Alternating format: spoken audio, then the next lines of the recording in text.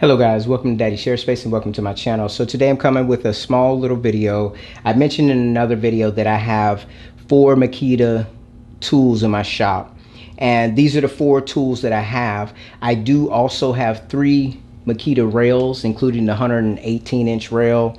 Basically they offer 3 sizes of rails. I think it's 55, 42, and 118 inches. I do have all of the Makita rails. Now I just want to do a little short video on why I purchased each one of these, and then also if I would purchase them again. So let's go ahead and start with this drill. So I'm going to set these just to the side. I'm going to take a look at this. I believe this is the Makita subcompact. It's a brushless impact drill. It has a H and a S for different settings on here. It is a brushless tool, as it's indicated on the back of the tool, and then also on the side it does have a belt hook. It's an 18-volt tool. Looks like it's the XDT 15, and the one thing I like, it's a very comfortable to hold little impact. I do not find it to be super powerful by comparison. If I'm comparing it to, say, my Milwaukee or even my DeWalt, it is an 18-volt tool, so power-wise, it feels a lot more in line with my 12-volt tools, both in the DeWalt and in the Milwaukee brands. Overall, you know, first and foremost, I did not buy this tool. Well, rather, I didn't buy it directly. This tool was actually a free gift that was given when I purchased the next tool that I'll talk about here. Would I purchase this? No, I would not purchase it. Not because it's a bad tool. I do find that it's very comfortable and lightweight to hold. I do find it has a nice little small body, which helps you to get in a lot of places. However, my experience with working with both the DeWalt and also the Milwaukee and feeling the power that they have in their impacts, even though this is more compact, it is lighter, better, I would say better ergonomics than maybe the other brands that I'm talking about. I don't think that I could see myself, unless I was just really into Makita, going out and saying I'm going to buy this particular Makita. I have not had an opportunity to try their full size impact to give any kind of comparison, but overall this would have to be a very specific use case, meaning that I wanted a lightweight impact that did, you know, like medium to lower end task, and that would be the criteria for me to actually purchase something like that. Being that I'm kind of all over the map in my tool buying, and that I, you know, have the more heavier duty things like the DeWalt and also the Milwaukee, those types of tools help me with like working with construction type lumber, things that are a little bit more heavy duty and robust. And I find this tool, even though it can do it, I can tell the difference as far as the power delivery by comparison. Again, this is a subcompact, so it has a specific use case in my opinion. So anyway, so that's that one. Wouldn't buy it again unless I had a very specific reason to buy it. And since I'm covered in so many other ways, then I wouldn't buy this at this state in time. Happy to have it because it gives me something to compare. And when I do want to reach for a lighter weight drill, then I'll reach for this one. Next up, we're going to talk about the first Makita tool that I purchased. That is going to be this Makita track saw. This is the LXT 18-volt, 36-volt Makita track saw. So obviously it takes the 2 batteries, the one on top, one on the bottom. It's got a speed selector that goes up to 5. The battery indicator is back here on the back. It has the ability to do like a scoring cut. The actual measurements are in metric, which this was something that I had to get used to. It's got your typical track saw features, and for that, I think, you know, this has been a great track saw. I like it. Now, if you've watched my channel before in the past, then you would know the only reason why I upgraded to this track saw, because this was not my first track saw, this was my second track saw. My first track saw was the DeWalt FlexVolt, and I moved into the Makita line because the DeWalt track does not accept, or it did not, at least before benchdogs.co.uk started to produce different accessories for the DeWalt system in particular. All of the parallel guides, all of the rail squares, all of those things actually were made for Festool, Makita, and those types of brands. And after having my DeWalt track saw for probably a year or more, I decided that basically as you grow with the tool, you start to want to do a little bit more with that tool. And when I did my research at that time, there were no accessories that went with the DeWalt. And so I ended up going this route because this was cheaper than buying the Festool. And do I regret buying it? It's a double-edged sword. The saw itself, I have no regrets at purchasing this particular track saw. None.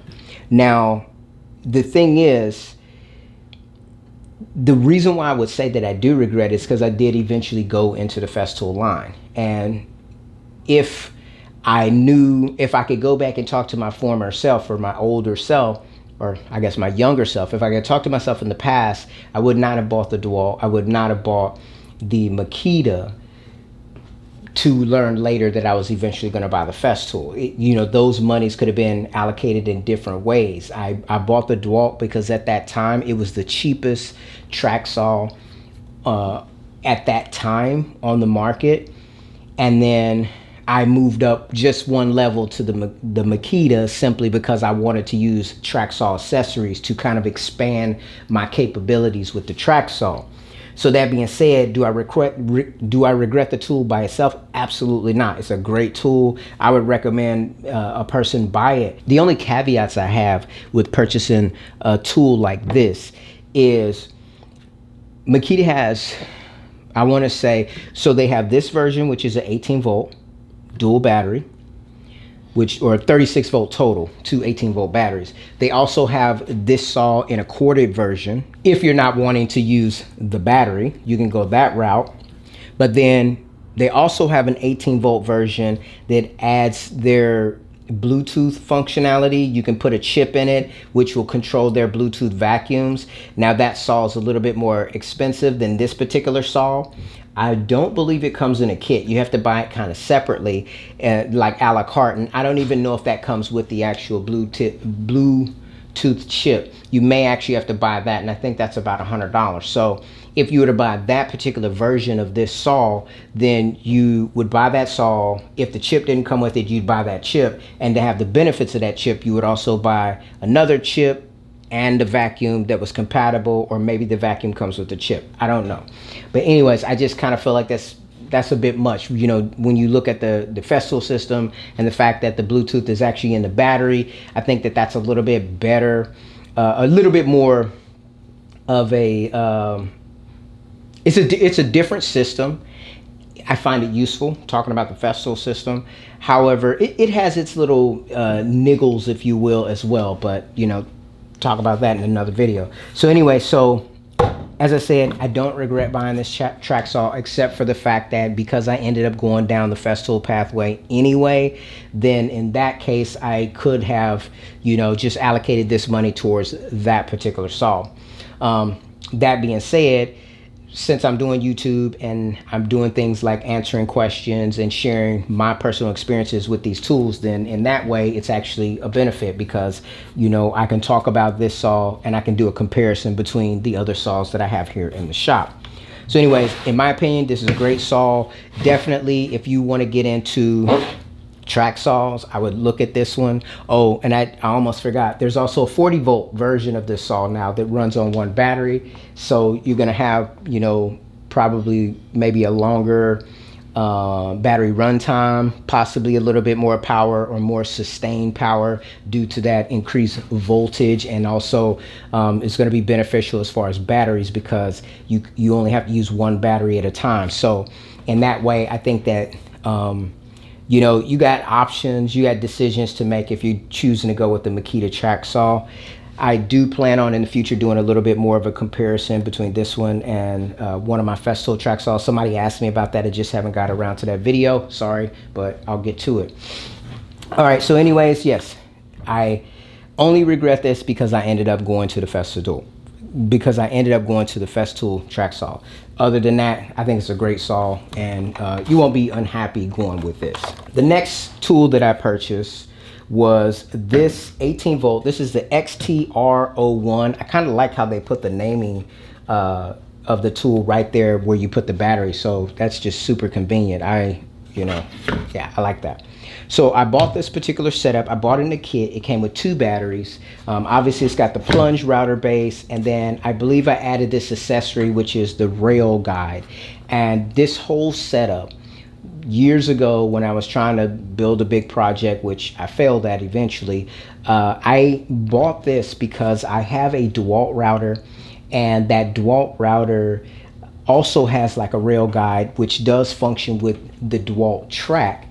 And I was using that in my project, and I accidentally hit some button or something, and it went too deep into my project or into the plywood, and so it ended up making that project fail. But once I did that, it brought up a couple of challenges. The longest DeWalt rail is 102 inches long. And when what I was trying to do was, if I had a whole sheet of plywood on this tabletop, what I was trying to do was to route grooves down the long end, or dados rather, so that all of the boards, once I cross cut the sheet of plywood, they would all match up perfectly. That seemed like it's another one of the ways that I was thinking, I try to batch things together, because when I was using the DeWalt router with the DeWalt rail guide and the DeWalt track, I realized I was not able to go all the way across my work, because I don't have it here on my in site, but I did use the benchdogs.co.uk version of this. And when you use it with a 102 inch rail, it will not cover the full sheet of plywood. So you'll tail off at the end.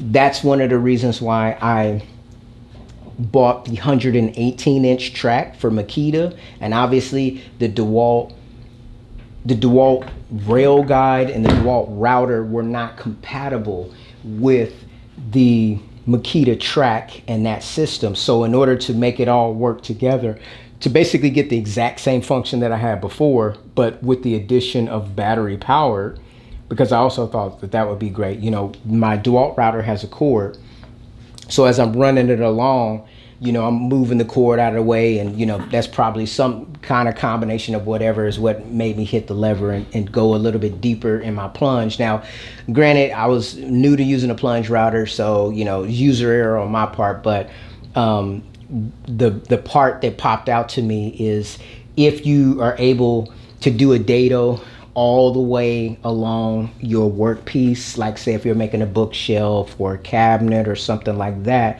then it ensures that all your dados are going to line up if you do it all in one whop. And let me see if I can kind of explain.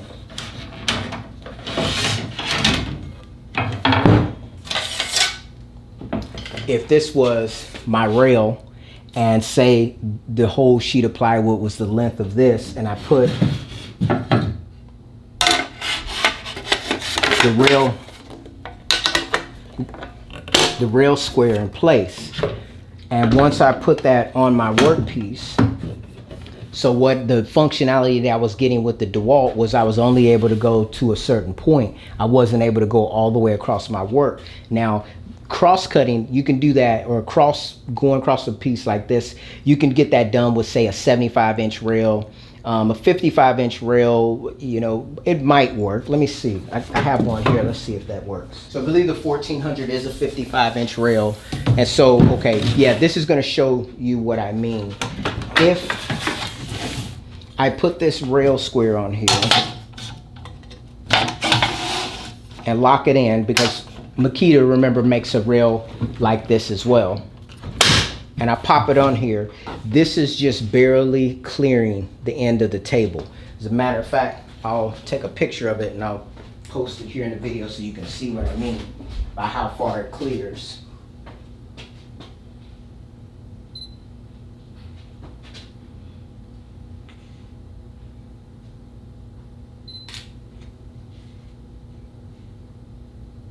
So if you're able to clear your work all the way to the other side, then whether you're making a cut or if you're making a dado across, then using the rail square, especially if you push it up and you clamp it on both ends, and ensuring that you don't have any kind of play left to right, then basically if I wanted to make a dado all the way down this board and then come back and say cut like 12 inches and then 12 inches and then marry those back up to make a bookshelf or such, it would be a seamless action.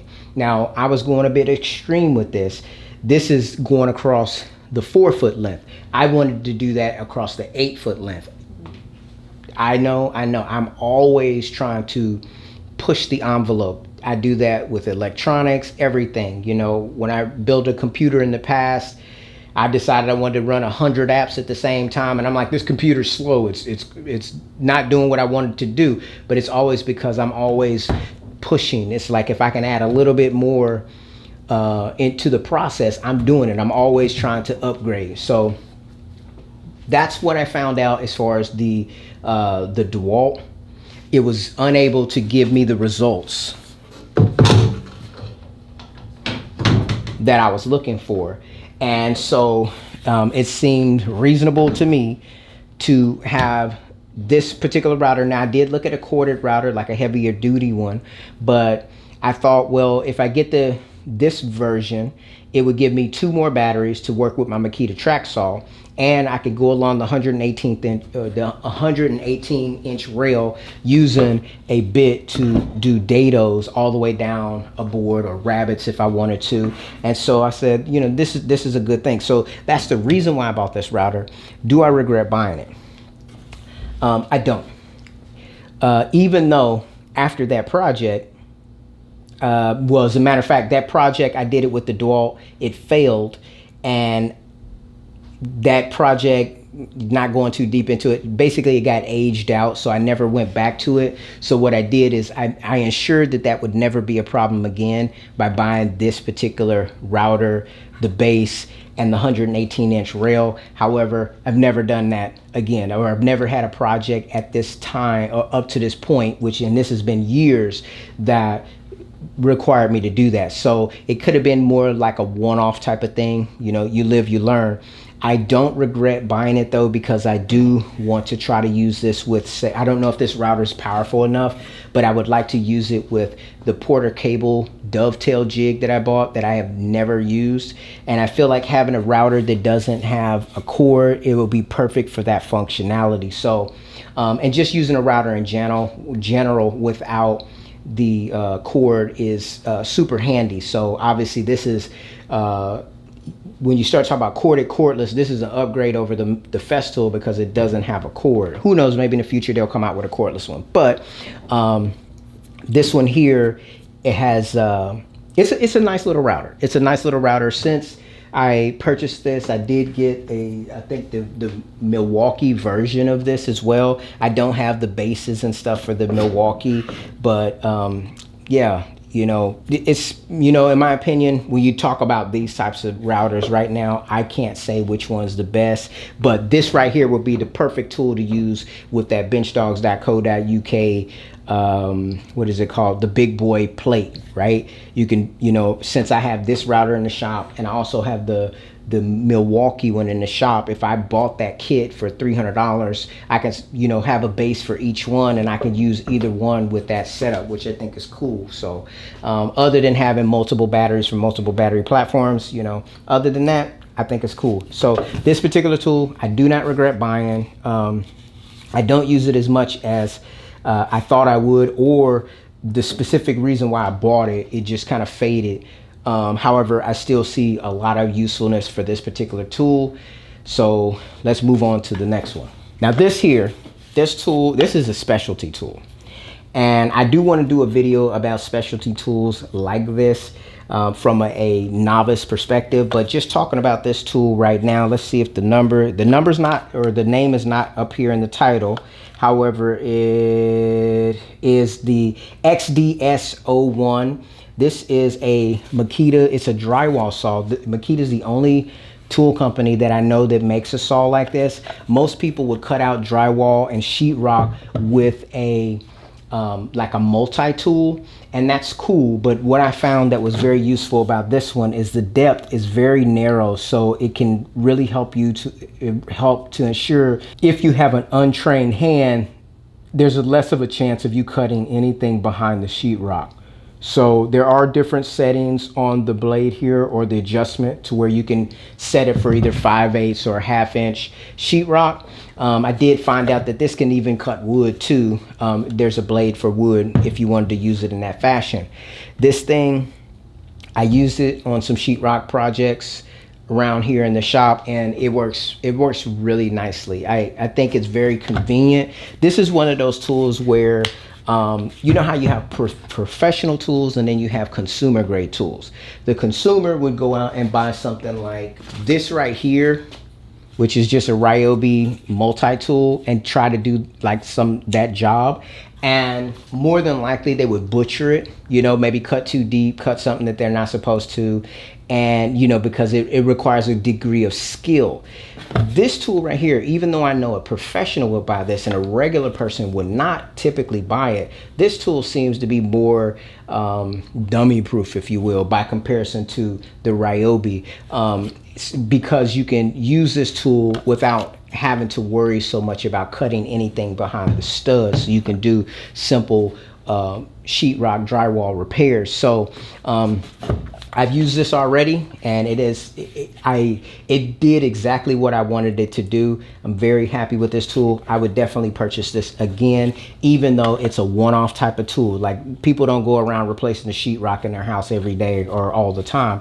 However, you can have a situation where, like, maybe you're moving furniture, you bust a hole in the wall or dent something or something like that. Or for me, in my shop, I was making those drywall carts, and I wanted to simulate building a wall, because it's kind of like in this garage shops, you know, sometimes I'm doing little building projects, and then sometimes I'm trying to be like, okay, I want to figure out how, you know, how is a house built, so I can do mock-up framing and all of that type of stuff right here in the garage, just to kind of have a conceptual idea of what's behind the walls of the house that you're living in, and also have a better understanding about how to repair repair a home, and how to work with a home, and how to take care of it by understanding the construction, the infrastructure on the inside of it.